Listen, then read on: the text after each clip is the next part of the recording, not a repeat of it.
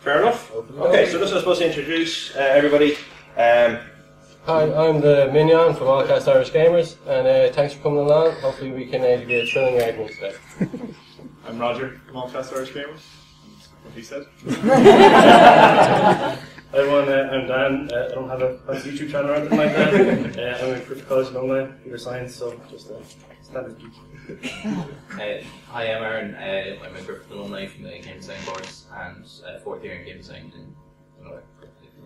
So DAT, fine. DAT. That's fine. They feel very nervous at the moment because I used to be head of both their programs. They used to be my students. I thought it was the suits. Yeah. Very intimidating. I didn't realise the colour of the environment. Okay, so who would like to go first? Actually, sorry, I suppose to clarify, who's going retro, who's going new? Oh yeah, so myself and Raj will be in favour of retro. Retro, okay? No, we're doing He told us retro before. Don't bring me into this. Too late, we're doing this. There's going to have to be some wonderful editing on this one. Well, I can speak for both. They both got their arguments. Okay. We're taking retro. Right, okay, good. Definitive answer. So we got the other end of the stick. Okay, we're happy. Right, so Almost don't throw them out. it's called the 8-Bit Conference, so I'm assuming newer games are going to be at a slight disadvantage just from the offset. We'll let you go first to give you some sort of a winning chance. Do you want to take this one, Raj? Thanks. Do you want me to stand up? That's up. Yeah. Stand up. Yeah. Well, You vote. What's that name? Are we just doing sort of an intro, or is this like under a certain topic? Or What do you want to go with story, or do you want to go with co-op, or do you want to? You can pick. I'm going to go co-op actually. Excellent. Okay. That's alright. Fellow nerds, geeks, and guys. So you guys are all here probably because you were big fans of 8-bit gaming, retro, and that kind of thing. But I think what most people are in favour of is more the nostalgia of playing those games. Most of you probably played them when you were little kids and you're sitting on your couch. I think a strong part of their argument will be, I remember sitting on my couch with my brother, my sister, my friends, we'd all hang around, we'd all have our controllers together. And that's, probably a strong part of that. However, you can still do that today in modern games, only with, I would argue, bigger and better games. I think a strong part of the retro argument is the nostalgia factor. It is your memories of how you felt when you were sitting down playing those things. Were you to sit down nowadays and compare like for like, I think the guys are going to struggle to compare that they are equal in that respect. They're going to talk about sitting down with controllers and split screen and things like that. Again, you can do that in modern retro games. You can do it with more players, but now you have the added functionality of an online component as well, where they might argue that, it's not as personal anymore, but now with modern technology you can play with your friend who is the other side of the world. Come on guys. So I think a strong part of their argument is going to be the nostalgia factor. But I think you can get that still from modern games, you can still sit down with your mates. However, you can still play with your mates, them the other side of Dublin or the other side of the world. That's my argument. Okay. So, who's going to take the counter-argument for co-op? I'll take the counter-argument for co-op. I think you made some very strong points for sure. I think something you neglected to talk about is the abuse that kind of comes on with online games. There's quite a lot of cursing and like the PewDiePie incidents or things like that. But you're right in the fact that my best memories would have been maybe Super Smash Brothers, all 6 of us running around. Like one of the best experiences you could probably have had. Imagine doing that nowadays, except with beer. Come on, like when you're growing up, it's going to be way better. I think there's a lot of social connections, not just at home in your couch, but maybe you go to the arcade, play Mortal Kombat, Street Fighter. Yeah,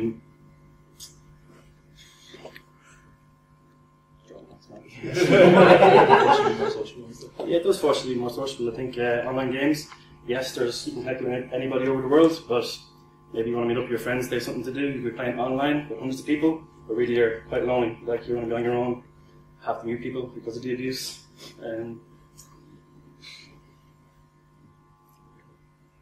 I think their own.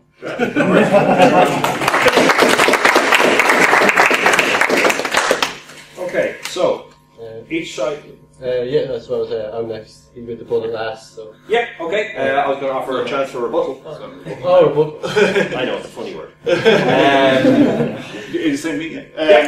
Yeah, I take all your points. I know there's a lot of negativity there. However, you can drop in with strangers, that's fair enough, but you can, like, for example, I can play with Petso or I can play with you online. I don't have to be there, and I think a lot of us now, you know, busy modern lives, we don't often get a chance to come over and sit in each other's couches. Maybe for college students you can do that. But the online capability there...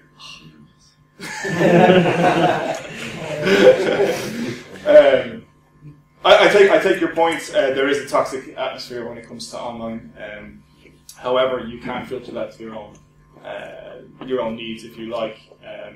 However, I still reiterate, I think you can accomplish what you accomplished when you were kids playing retro in modern games while still playing retro style games in modern times.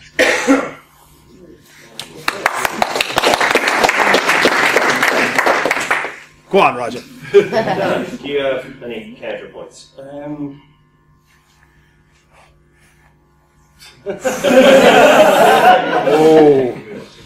No.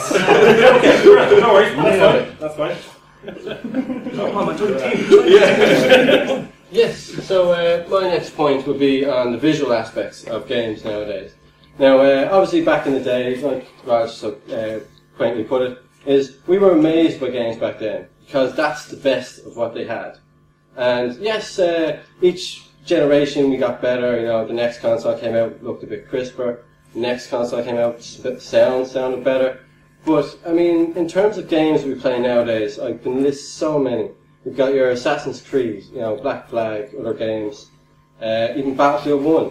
Games that are so enthralling visually, you actually stop playing the game and just look. Because it's just that crisp and that clean. Now, I'm not going to be hollow and say that's all that's good about new games. I love retro games. I grew up playing them. But I noticed a while back, I tried to take a step back in time and said, well, I'm going to play a game I used to love. Twisted Metal. Twisted Metal 2, I think it was. One of my favourite games when I was a kid. We used to play it all the time. I had this game on such a high pedestal. It was great. I put it on a few months back. I was shocked. This game was terrible. We've been spoiled for choice with graphics nowadays, so when we do go back and play all our favourite games, the only thing keeping them alive in our head is the nostalgia factor. That if you bring it down to the bare bones, that games back in the day were great, because that was back in the day. But if you take a step forward, you look at your Assassin's Creeds, the amount of playability you have in these kind of games. Now, there wasn't much playability in a game where if I lost all my continues, and I lost all my lives, I had to start again. Or if the power went, or if the cable was dodgy, or if something happened and I got cut out of the game, I had to start from square one all over again. Now, I knew the start of the game quite vigorously, but the more you get into the game, it gets gradually harder, you lose your continues again. Oh, I'm not going to start that again, I'm going to go out and play outside. But nowadays, you don't get that. I mean, there's a save point around every corner, you've unlimited continues, and I just think that, like, gamers are catered for nowadays. You know, they understood how annoying it was to restart all over again. So now, it's here. Play it, enjoy it, do what you want. And I think in terms of arcades went out with dinosaurs, lads. Like, I was in an arcade recently and it was a ghost town. I had to wait online behind a tumbleweed. It was that bad. Like, no, arcade is gone. I love retro, but let's face it, visually, give me Battlefield 1 any day over Bomberman and Craic. So, that's what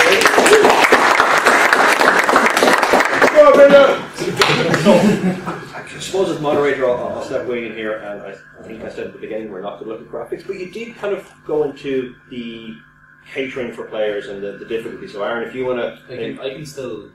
Yeah, I can make super, great, fantastic, rising to the challenge. When it comes to graphics, like, I suppose there is some bad examples of old retro games, and of course there is the rose-tinted glasses of like looking back at old games. But there is plenty of games that do it really well, and that's why pixel art is still a viable job nowadays, because people like to replicate that, because it is pleasant to look at.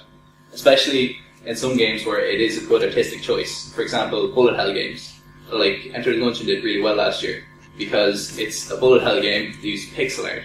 So all the hitboxes can be super concise. So if the player, like in bullet hell games, the only time a player should blame the game, they should never blame the game for them dying. They should always blame their own skill. The fact that I'm going to get better at this. When it comes to, like, I suppose there's not much else to talk about in graphics, but when it comes to, like, difficulty, like stemming into that fact, most old games, like, graphic-wise, when it comes to pixel art, all the hitboxes, everything, it has to be super concise, and that's how pixel art helps that. And so, stemming into difficulty, a lot of old school games, when it comes to difficulty, it's usually due to player skill rather than player like competence dealing with the game. Because like a lot of new games, they teach the player how to play, and then suddenly it's a very linear driven experience. With old school games, it's very much there wasn't difficulty settings. It was just this is how you play the game, keep playing it, and then you'll eventually get better. Like Tetris, for example. Like one person playing Tetris, first game, next game, immediately better. Like they're always going to continually grow as a player.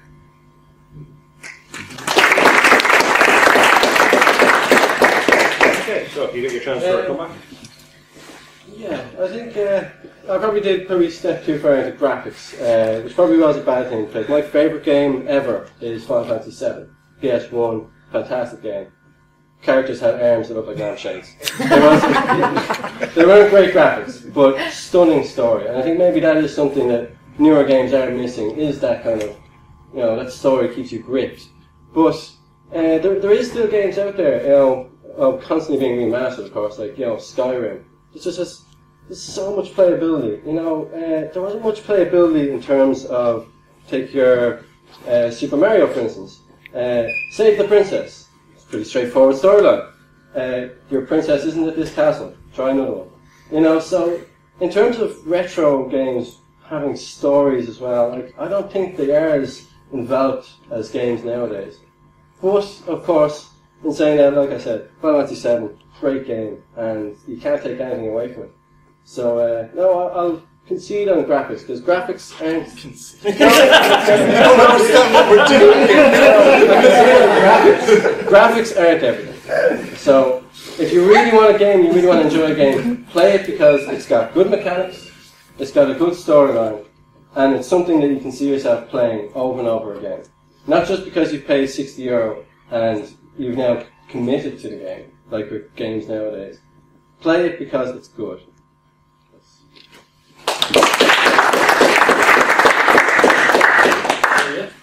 You got a point. Can we do it? Yeah. I think you made some good points for sure. But if you take games, for example, like Call of Duty, we're talking about storyline. They have story mode. They have zombies and multiplayer. Back in the day, there was like one mode, maybe, possibly two. It's 100% pretty much story. Graphics weren't going to take you so far. Like, let's face it, Call of Duty is the same game every year. New skin on it, and there's plenty of problems. But instead of focusing on the story or focusing on multiplayer, it's all dispersed. Like resources are like split three ways when they make a new Call of Duty game. Like there's the story mode, there's the multiplayer, and there's the zombies. There's plenty of like resources, like money, time, people hired to work on these like individual like parts of the game, and then they just compile it at the end. So like instead of having one really good game that tells a really good story, they're having one good game that does three things kind of okay. Okay, great. Thank you very much.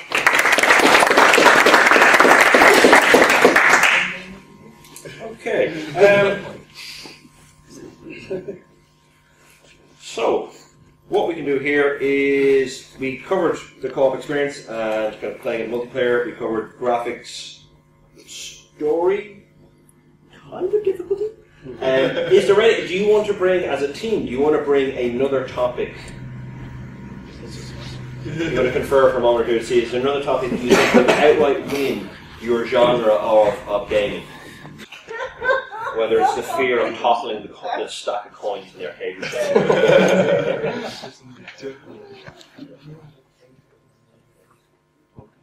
We just just want one more sort of topic, is it? Yeah, just one more topic.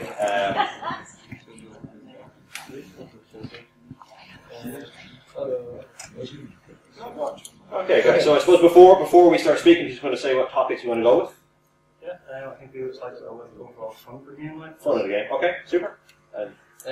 I would like to talk shortly about DLC and how it can maybe save the game's industry. Okay. Bold. I know it's bold. Take words. Microtransactions. No, that's totally different. They're the devil. Okay, super. So, you want to I'll start. DLC? DLC, downloadable content. We're all familiar with it nowadays. Something totally unheard of years ago. If you were a fan of a game, take Legacy of Kain, great series. If you were a fan of this series, you would have to wait ages for a follow. You're basically waiting for the next game to come out before you could find out what happens in this game, before you could play some more as your favourite character, whether it be Raziel or Kain. Well, if they had DLC back then, proper DLC, I don't mean microtransactions where, you can make Raziel have a top hat and, like all this kind of weird stuff that doesn't need to be in the game. But DLC, it maybe saved the game industry from another crash. Because what we did get years ago was when the games industry did crash, was because the industry got polluted with games that were either similar or just people got bored of them. Now, I did tend to get bored of games. You play a game, you're finished with it, drop it down to GameStop or somewhere and trade it in and get a new one. And you're going through new games every couple of weeks.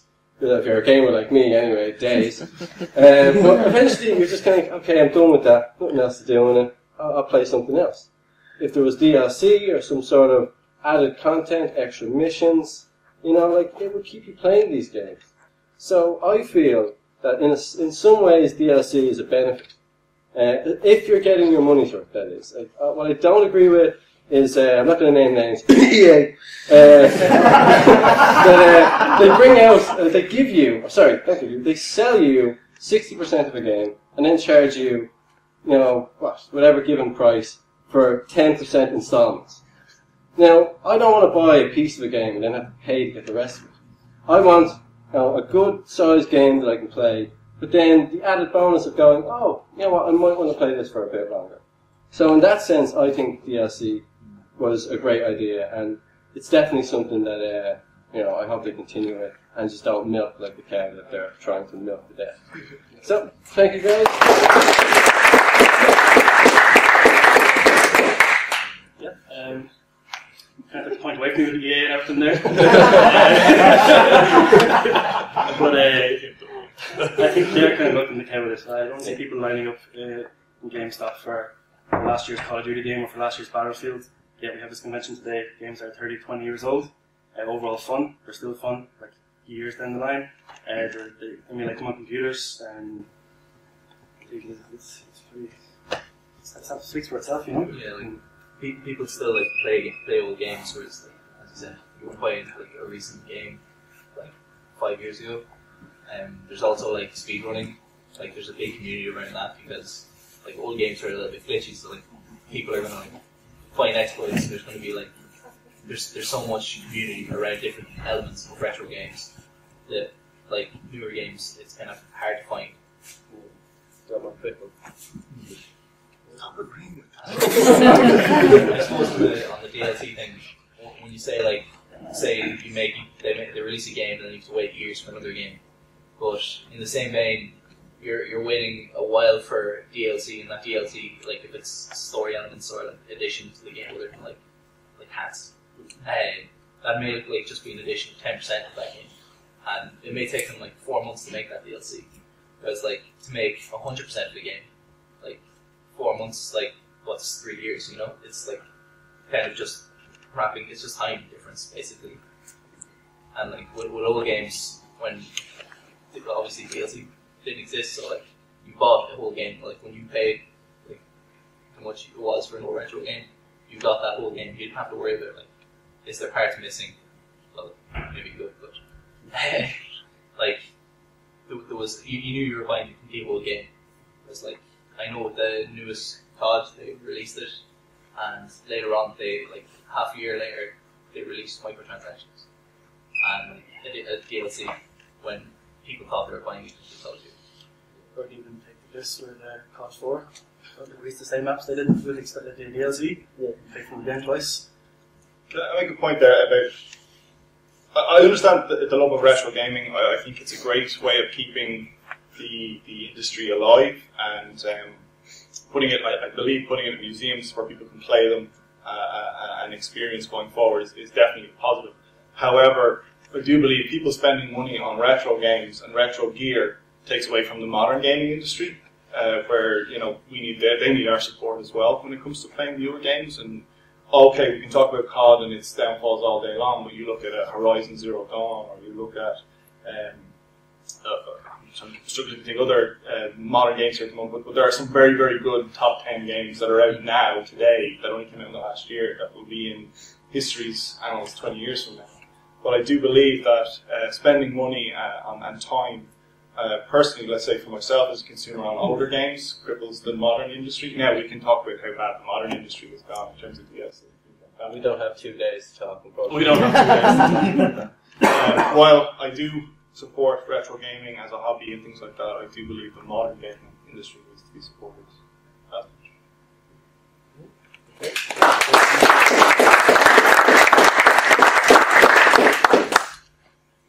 Okay, right. So we've all said our piece at this point. If the teams want to confer, I suppose, well, I'll put across to you, this is the first panel I've moderated for the debate. So, do you want to confer to have a final summation point, or do you feel you've said your pieces? As they're conferring on, there are 2 things you shouldn't really ever do in a debate. The first thing is answer the other team's argument with the response. The second thing is, in a debate, never say, the facts speak for themselves. Don't argue for the opponent.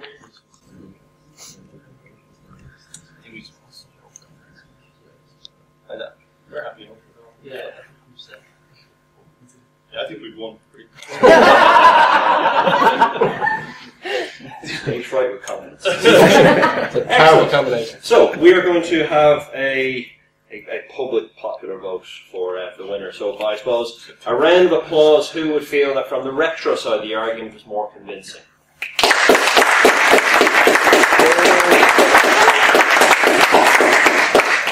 All those years of playing Pac-Man and Craic.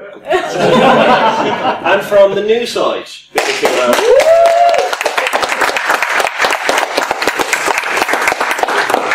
what if you think the new side did a better job of arguing the retro side? Yeah, the retro side. They're going to vote.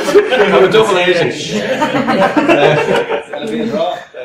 I think to be nice to everyone in a kind of a milky tea kind of way, we'll say that it's a draw. That both sides had good arguments. I probably would take some points that I would disagree with and agree with on both sides. But overall, I think we agree that from the event this weekend, retro games haven't died out. There is still a popularity for it. If you have tried to get a pre-order for any of the Nintendo mini versions that they've done, you'll realise that people still want to have this interest. But also from a modern game industry, it is the largest single industry in the world. It is worth more than Hollywood, it's worth more than the music industry. There definitely is commitment, there definitely is purchasing power there. And I think for most people, it's not all one or the other. So from that point of view, I would say it's a draw. Is the audience happy?